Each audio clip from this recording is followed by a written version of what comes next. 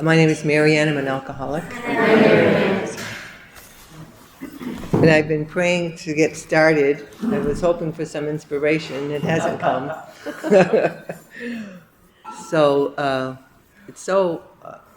When I got asked to speak on this step, of course, then that step becomes kind of paramount in my mind. And I am thinking of that one and focusing in on that one. And inevitably, I get to meetings that are talking about that, or I get to read the literature that kind of mentions it.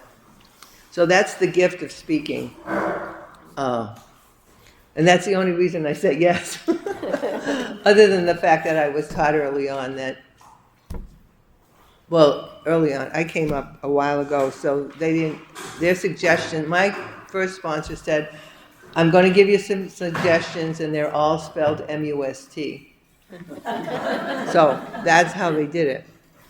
So I was encouraged not to say no, and unless, of course, my hand was broken or I was in the hospital or something like that. But so I do that to the best of my ability, and even though I don't want to speak, I know I need to in order to stay sober. I need to be of service, and also I need to grow. So here I am, and I'll turn it over to Kathy. No. Okay. So by the time we get to this step, and especially if we've done this work, we've done a lot of stuff, you know. It says way back in the fourth step that we've done a lot of work by the time we came to the fourth step, and now we're way past that. But I've been learning along the way in all the steps. Each one has a principle, a spiritual principle, and I've been learning about those, and I've been learning to be rigorously honest. And so by now, I think I've done pretty good, and I've patted myself on the back quite a few times. And, part of me thinks it should be smooth sailing. And then we get to the end of 10. 10 is important because it's what keeps... I think of 10 as like tending the garden. The other steps, I've hoed the land, I've harrowed the land, I've fertilized the land, I've planted the seeds. Everything's coming up nicely. But if I don't keep the garden weeded, I'm not going to have any produce. So I come to the end of step 10, and it says, we have more action. There needs to be more action, So that all the stuff that I've done isn't quite enough yet. And what is that about for me? So I've been learning that in order to grow, let's take it back. All right, let's see. So I'm an alcoholic. So I came here desperate, not having a clue about anything other than I was one step away from having to hit the streets in order to support myself. And I really didn't want to do that. So I came here. And I got sober. I got sober through the fellowship. And I'm so grateful for the fellowship because they gave me the tools on how not to drink on a daily basis.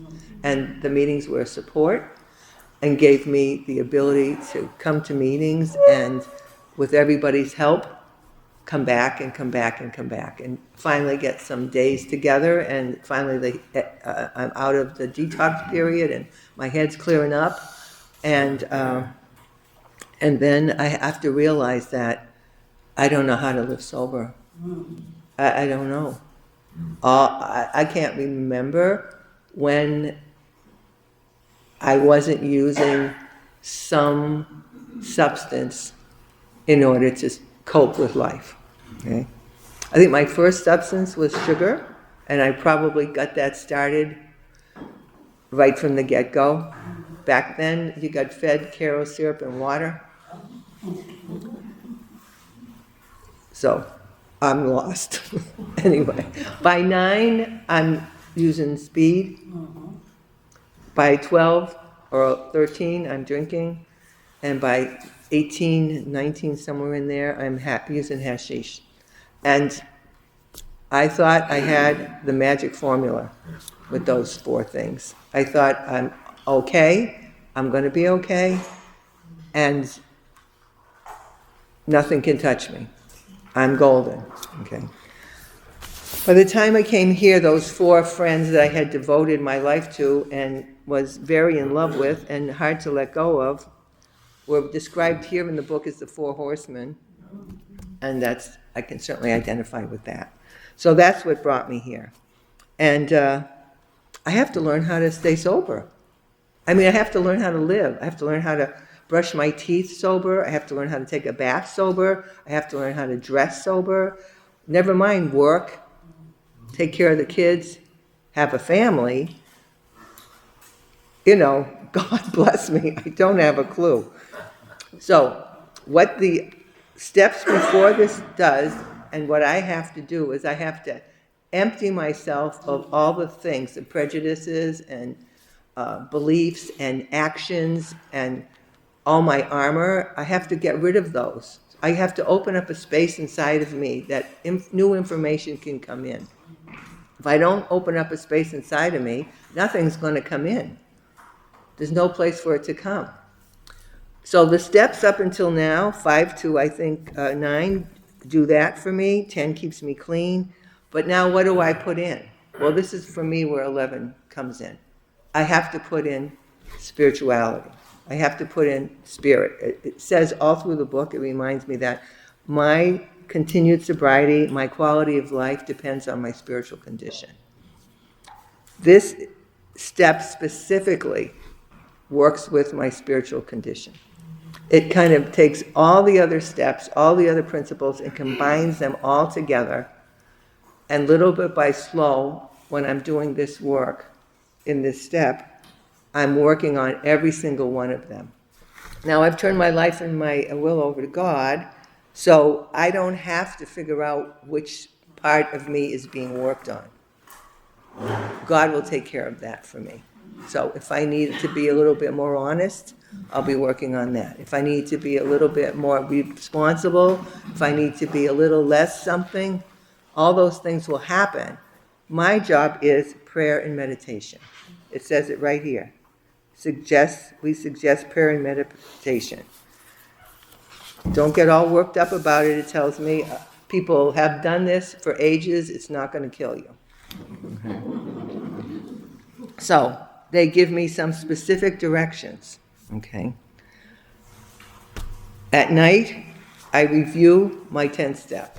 How did I do? Okay. But it asks for more than that. It asks me to be loving and kind and gentle with myself as I do that. And it asks me to ask God's forgiveness. Now, I come from a religious training background, so I had a certain idea of forgiveness. It usually meant that I was going to God because I was a sinner and I needed penance to be forgiven. That's not what I know this book says. I looked up what does being forgiven mean? Being forgiven. Certainly the other steps I've learned about forgiving others, but now I'm looking at this step about being forgiven. So being forgiven is about renewal. It's about moving towards peace, healing, and personal freedom from the burden of past wrongs. Okay? So I'm really asking for God to remove the problems I had today so that I can learn how to do it better tomorrow. Okay? Hopefully, I get a fairly good night's sleep. Okay? So I wake up in the morning and the first thing I do, turn my will and my life over again. Not that God needs that. I'm an alcoholic and I have an instant forgetter. I'm telling you, when I was active, I'd be sick as a dog, and 2 minutes after I wasn't sick as a dog, I forgot that I was sick as a dog. Okay? So that's how my brain works. So I have to remind myself every morning that what my goal is. My goal is to carry the vision of God's will throughout the day. My goal is to be of service throughout the day.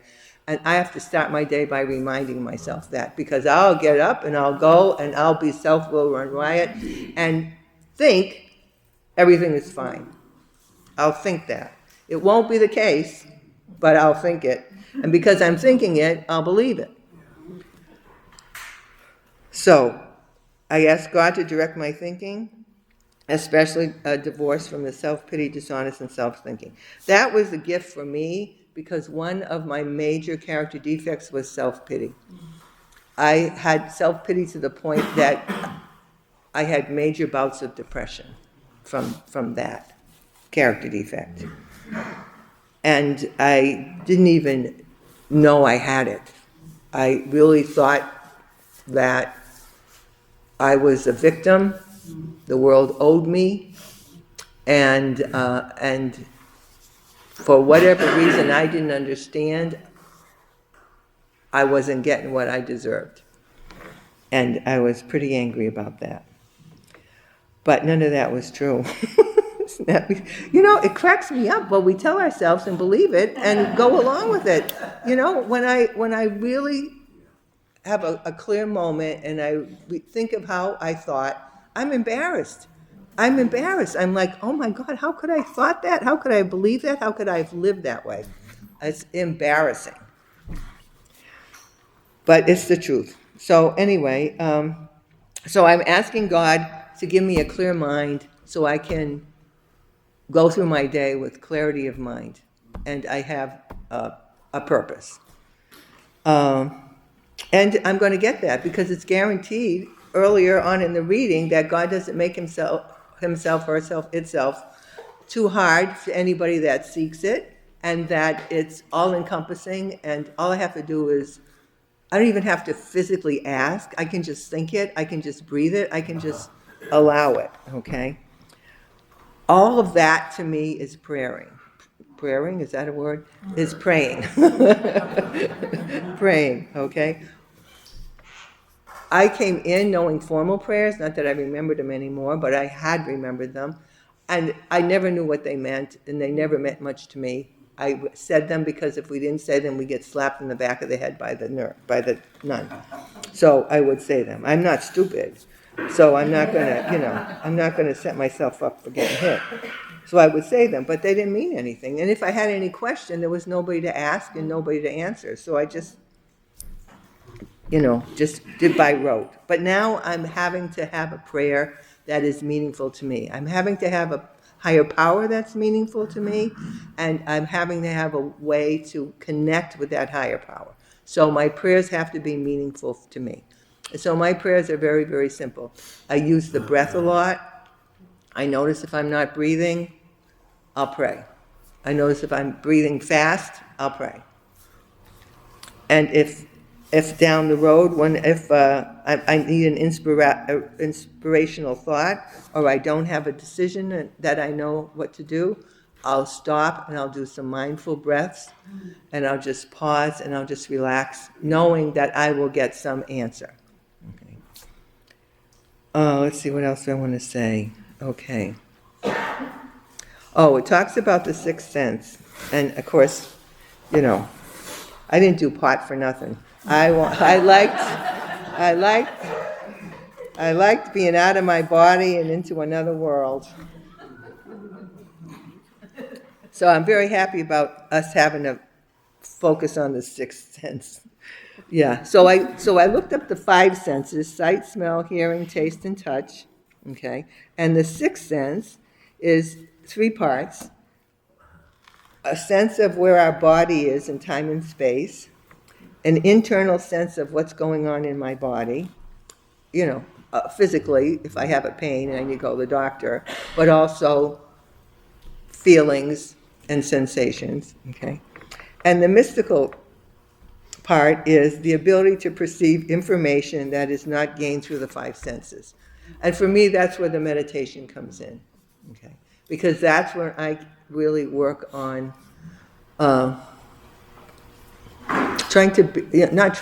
being still.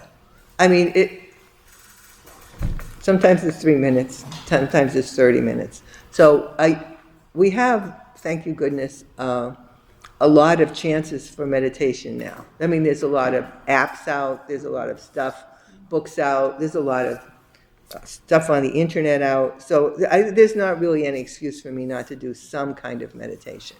And what I find is the more that I take time to meditate, the easier it becomes. Right? I'm not looking for that high like I used to get. I'm not looking for that, I don't know, launched off into another planet, whatever. I'm not looking for that kind of sensation anymore. I'm just looking to be in my body, in the moment,